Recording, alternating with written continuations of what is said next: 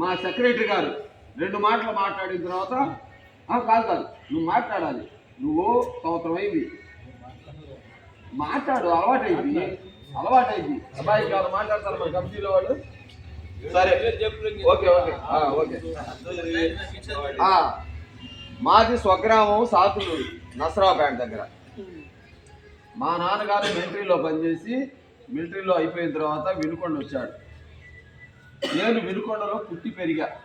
రేపు ఏప్రిల్కి నాకు 60 సంవత్సరాలు వస్తున్నాయి. మా నాన్నగారు ఆర్టీసీలో పనిచేస్తూ చనిపోయారు 1982లో. 87లో నాకు ఉద్యోగం వచ్చింది. 87 నుంచి ఒక క్లీనర్గా, ఒక టైర్ మెకానిక్గా, ఒక స్టోర్ ఏడీసీగా, ఇవాళ బస్సులు చెక్ చేస్తారు TI3 అంటారు ఆ పోస్టు. ఆ ఉద్యోగం ఇవాళ ప్రమోషన్లో మాచర్లో చేస్తాను. ఇప్పుడు ప్రజెంట్ 2 నెలలే అయింది మాచర్లో వెళ్ళి. దాదాపు 39 సంవత్సరాల సర్వీస్ నాకు.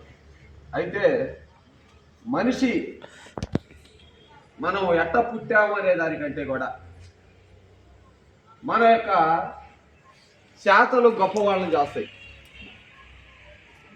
అంబేద్కర్ గారు ఉన్నారు, మనలాగనే పుట్టాడా, ఏమైనా వెరైటీగా పుట్టాడా? కోటి మనలాగనే పుట్టాడు. కానీ అతని యొక్క తెలివితేటలు, చదువు, సమాజానికి ఉపయోగపడే ఆలోచనతో ఇవాళ అంబేద్కర్ ఒక ప్రపంచ దేశాలు కూడా గుర్తించే స్థాయికి వచ్చాడు. మరి అల్లూరి సీతారామరాజు అని మనం చెప్పుకుంటున్నాం.